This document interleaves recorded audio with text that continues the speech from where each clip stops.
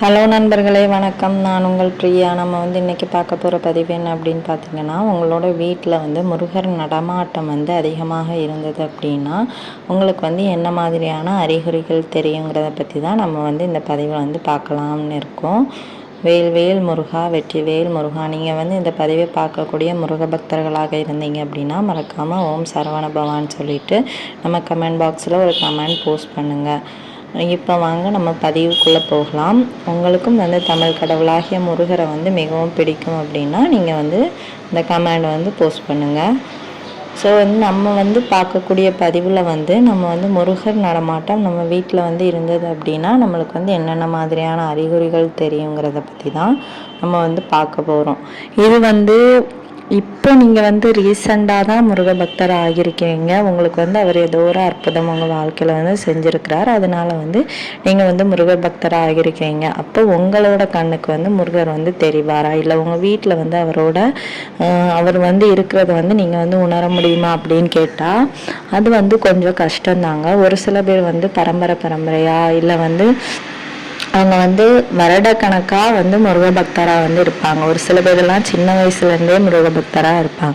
அந்த மாதிரி இருக்கிறவங்க கண்ணுக்கு சீக்கிரமாக அது தெரியுமா, அவங்களால உணரக்கூட முடியுமாம். ஏன்னா அவங்க வருடங்கள் செல்ல செல்ல முருகர் அவங்களோட உயிரோடு உயிராக கலந்துருவார். நம்மளுக்கும் அப்படிதான். நம்ம இப்போ தொடங்கியிருக்கோம் அப்படின்னா நம்மளுக்கு அது ரொம்ப பெருசாக தெரியாது. ஆனாலுமே என்னைக்கு நீங்கள் முருகர் என்னோட வேண்டுதலில் நிறைவேற்றாட்டியும் பரவாயில்ல, ஆனால் நான் அவரை தான் நம்புவேன்னு சொல்லி என்னைக்கு நீங்கள் அவரை நம்புறீங்களோ அன்னையிலேருந்து நீங்கள் அவரை உணர முடியும். அதே மாதிரி உங்களுக்கு நீங்கள் அவரை திருவுருவ படத்தில் வழிபட்டாலும் சரி, சிலை வடிவமாக வழிபாடு பண்ணாலும் சரி, வேல் வடிவமாக வழிபாடு பண்ணாலும் சரி, உங்களுக்கு அந்த வேலில் அந்த திருவுருவ படத்தில் அப்புறம் அந்த சிலையில் முருகர் இருக்கிறார். அவர் நம்ம சொல்கிறதெல்லாம் கேட்டுட்டு இருக்கிறார். நம்ம வைக்கிற பிரசாதங்களை அவர் ஏற்றுக்கிறார். நம்ம வழிபாடுகளை அவர் ஏற்றுக்கிறார். இதெல்லாம் நீங்கள் உணரணும். அந்த சிலைக்கு ஒரு உயிரோட்டம் இருக்கிறதாக நீங்கள் உணரணும். நீங்கள் பேசுகிறத கூட அந்த சிலையால் கேட்க முடியும். முருகர் கேட்கிறார், எனக்கு அவர் கூடிய சீக்கிரமாக அதை நிறைவேற்றி தருவாருங்கிறத உங்கள் உள் மனசு நம்பணும். அப்பந்தான் நீங்கள் இந்த மாதிரி அறிகுறிகள் எல்லாமே சீக்கிரமாக நீங்கள் பார்க்க முடியும். முதல்ல உங்கள் வீட்டில் முருகர் நடமாட்டம் அதிகமாக இருக்குது அப்படின்னா உங்களுக்கு என்ன மாதிரியான அறிகுறிகள் தெரியும் அப்படின்னா, நம்ம முன்னாடியே நிறைய பதிவுகள் சொல்லியிருக்கோம். முருகராக இருந்தாலும் சரி, குலதெய்வம் அல்லது எந்த இஷ்ட தெய்வமாக இருந்தாலும் உங்கள் வீட்டில் ஒரு பாசிட்டிவான ஒரு வைப்ரேஷனோடு இருக்கிற மாதிரி உங்கள் மனசுக்கே அது ஃபீல் ஆகும். அப்புறமா உங்கள் வீட்டில் எப்போவுமே இந்த பூஜை புனஸ்காரம் பண்ணுற மாதிரி ஒரு வாசனையாகவே இருக்கும். சாம்பிராணி வாசனை கூட சொல்லலாம், பன்னீர் வாசனை.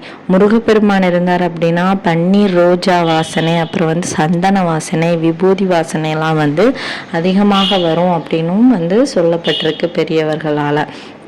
இந்த மாதிரி வாசனைகளை நீங்கள் அடிக்கடி உணர்றீங்க.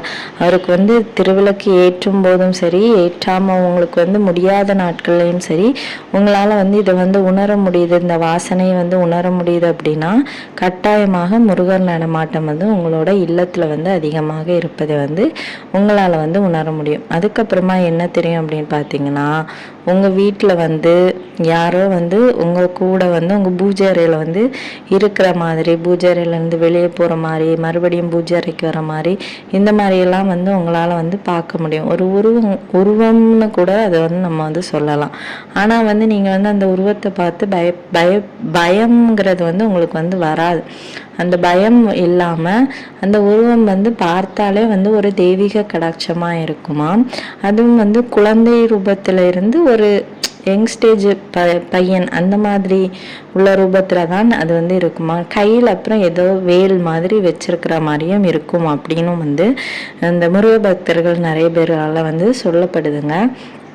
வந்து அந்த மாதிரி தெய்வீக கடாட்சமுள்ள ஒரு உருவத்தை வந்து உங்களால் பார்க்க முடியுது, உங்கள் வீட்டில் வந்து உணர முடியுது அப்படின்னா கட்டாயமாக முருகர் நடமாட்டம் இருப்பதை வந்து நீங்கள் வந்து உறுதி செய்து கொள்ளலாம். அதுக்கப்புறமா உங்கள் வீட்டு சைடோ இல்லை காம்பவுண்ட் சைடோ இல்லை மொட்டை மாடி பகுதியிலே வந்து அதிகமாக இந்த மயில்கள் நடமாட்டம் வந்து இருக்குது, இல்லை வந்து வீட்டு வாசலுக்கு வந்து எப்போவுமே வந்து ஒரு சேவல் வந்து வந்துட்டே இருக்குது. ஸோ இந்த மாதிரியெல்லாம் இருந்தது அப்படின்னா உங்களுக்கு வந்து கண்டிப்பாக வந்து முருகர் நடமாட்டம் வந்து உங்கள் வீட்டில் வந்து இருக்கும்போது இந்த உயிரினங்களுக்கும் அது வந்து தெரியுமா, இந்த வீட்டில் வந்து முருகர் பெருமான் வந்து இருக்கிறார், நம்ம போய் தரிசனம் பண்ணலாம்னு சொல்லிட்டு தான் அந்த உயிரினங்கள்லாம் நம்ம வீடுகளை வந்து தேடி வந்து வருது அப்படின்னு வந்து சொல்லப்பட்டிருக்கு. வந்து இந்த மாதிரி அதிகப்படியாக மயில் நடமாட்டமும் சேவலும் மயிலும் வந்து முருகரோட வாகனம், நம்ம எல்லாருக்குமே தெரியும். அதோட வரவு வந்து உங்கள் வீட்டுக்கு வந்து அதிகமாக இருக்குது அப்படின்னா மறக்காமல் அதுக்கு வந்து கொஞ்சம் உணவளிங்க. அதே மாதிரி உங்கள் வீட்டில் வந்து அடிக்கடி சிட்டுக்குருவிகள் வருது, காகம் வந்து கரையிற சத்தம் வந்து அதிகமாக கேட்குது அப்படின்னா உங்கள் வீட்டில் வந்து முருகர் நடமாட்டம், உங்கள் வீட்டு வாசல் பக்கத்தில் வந்து இதெல்லாம் வந்து வரணும். அதே மாதிரி காகம் வந்து எங்கேயோ இருந்து கரையிறதை வந்து நம்ம வந்து எடுத்துக்க முடியாது. நம்ம வீட்டு வாசல் படியோ இல்லை தூண்லையோ எதுலையாவது ஒன்றில் வந்து நம்ம வீட்டு முற்றத்தில் கூட வந்தாலும் பரவாயில்லை, அப்படி வந்து அது வந்து சத்தம் போடுது அப்படின்னா நம்மளுக்கு வந்து நம்ம வீட்டில் வந்து முருகப்பெருமான் வந்து இருக்கிறாங்க அப்படிங்கிறத வந்து நம்ம வந்து தெரிஞ்சுக்க முடியும். அதே மாதிரி நீங்கள் வந்து அந்த மாதிரி உங்களுக்கு வந்து சவுண்டெல்லாம் கேட்கும்போது உங்களாலேயே வந்து உள்ளூர வந்து அதை வந்து உணர முடியும். உங்கள் மனசு முதல்ல வந்து நம்பணும், நம்ம வீட்டில் வந்து முருகர் இருக்கிறார், நம்ம வந்து பார்த்துருக்கோம் அப்படிங்கிறத நம்பினீங்க அப்படின்னாலே உங்களுக்கு வந்து அவர் வந்து தெரிய ஆரம்பிச்சிருவார். அவர் வந்து நிறைய விதமான சோதனைகளையும் நம்மளுக்கு தருவார். ஆனால் வந்து நம்ம வந்து அவரை வந்து விட்டுட்டு போகிறோமாங்கிறத பார்க்கறதுக்காக தான் அவர் வந்து அந்த மாதிரியான சோதனைகளை தருவார். நீங்கள் வந்து இதெல்லாம் வந்து நம்புறீங்களோ நம்பலையோ, ரொம்ப காலமாக முருக பக்தர்களாக இருக்கக்கூடிய பெரியவங்கள்ட்ட போய் நீங்கள் வந்து கேட்டு பாருங்க. அவங்க வந்து அப்படி சொல்லுவாங்க, முருகரோட அதிசயங்களை வந்து அப்படி சொல்லுவாங்க. இது முருகர் வந்து இவ்வளோ பெருசாக பண்ணியிருக்கிறார், ஆனால் வந்து அவர் வந்து எவ்வளவு பெரிய அதிசயங்களை பண்ணியிருந்தாலும் அந்த அதிசயத்தை அனுபவிச்சவங்களுக்கு பார்த்தீங்கன்னா அவ்வளவு கஷ்டத்தையும் அவங்க வந்து அனுபவிச்சிருப்பாங்க. தீராத கஷ்டம், முடியவே முடியாது, என்னால் வந்து இனி வாழவே முடியாது, அந்த நிலைமைக்கு கூட அவங்க வந்து தள்ளப்பட்டிருப்பாங்க. அப்படியெல்லாம் தள்ளப்பட்டு தான் அவங்களுக்கு வந்து அந்த வேண்டுதல்கள் நிறைவேறி ஒரு அற்புதத்தை வந்து முருகப்பெருமான் வந்து கொடுத்துருப்பார். ஸோ வந்து இது வந்து நம்மளோட விதின்னு தான் சொல்ல முடியும். ஏன்னா வந்து நம்மளோட பாவ பலன்கள் வந்து நம்மளுக்கு வந்து எவ்வளவு இருக்குதோ அந்த பலன்களை வந்து நம்ம வந்து அனுபவிச்சு தான் ஆகணும். அந்த டைமில் வந்து நம்ம வந்து முருகப்பெருமானாக இருந்தாலும் சரி, எந்த கடவுள்களாக இருந்தாலும் சரி, நம்ம வழிபாடு செய்யும்போது நம்மளோட பாவ பலன்கள் தீர்வது வரைக்குமே அந்த கடவுள்களால் கூட நம்மளுக்கு வந்து எதுவுமே வந்து செய்ய முடியாதான். அவங்க வந்து என்னதான் என் பக்தன் வந்து கஷ்டப்படுறான், என்னால் வந்து பார்த்துட்டு இருக்க முடியலன்னு நினச்சாலுமே நம்ம கர்ம வினை வந்து எப்போ தீருதோ அப்போதான் வந்து அவங்க கூட நம்மளுக்கு வந்து உதவி செய்ய முடியுமா.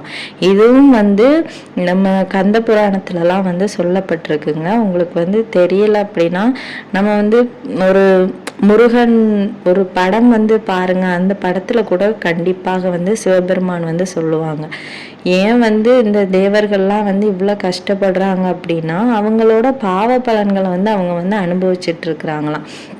அந்த நேரத்தில் வந்து நம்மளால் கூட வந்து உதவி பண்ண முடியாது அப்படின்னு சொல்லிட்டு சிவபெருமானே வந்து சொல்லுவார். ஸோ இந்த மாதிரி தாங்க மனுஷங்களுக்கும் இது வந்து பொருந்த தான் செய்யும். என்னதான் வந்து மனுஷன் வந்து எவ்வளவுதான் உருகி வந்து நம்ம வந்து தெய்வத்தை கும்பிட்டாலும் நம்ம கர்ம வினைகள் தீரும்போது தான் நம்மளோட கடவுளால் வந்து அவர் செய்யக்கூடிய உதவியை கூட நம்மளால் வந்து அனுபவிக்க முடியும். இதே மாதிரி உங்களுக்கு வந்து உங்களோட வாழ்க்கையில் வந்து நிறைய கஷ்டமாக இருந்தது அப்படின்னா நீங்கள் வந்து முதல்ல வந்து முருகப்பெருமான்கிட்ட வந்து எல்லாத்தையுமே முறையிடுங்க. அவர் வந்து கண்டிப்பாக கேட்பார். உங்களுக்கு வந்து காலதாமதம் ஆனாலும் நீங்கள் வந்து அவரை வந்து விட்டுட்டு போயிடாதீங்க. கட்டாயமாக உங்களோட வாழ்க்கையை வந்து அவர் வந்து மாற்றுவார். நம்பிக்கை எவ்வளோ வைக்கிறோமோ அவ்வளவுக்கு அவ்வளோ அவர் வந்து நம்மளுக்கு வந்து எல்லாமே நல்லதாக செய்வார். வெற்றிவேல் முருகனுக்கு அரோகரா. நம் சொந்த கடவுளாகிய கந்த கடவுள் நம் அனைவரையுமே காப்பாற்றுவார். இந்த பதிவு உங்களுக்கு உபயோகமாக இருந்தது அப்படின்னா லைக் பண்ணுங்கள், ஷேர் பண்ணுங்கள். இது போல் பல தகவல்களை தெரிந்து கொள்ள நம்ம சேனலை சப்ஸ்கிரைப் பண்ணி வச்சுக்கோங்க. இந்த வீடியோவின் முழு பதிவை பார்த்ததற்கு மிக்க நன்றி.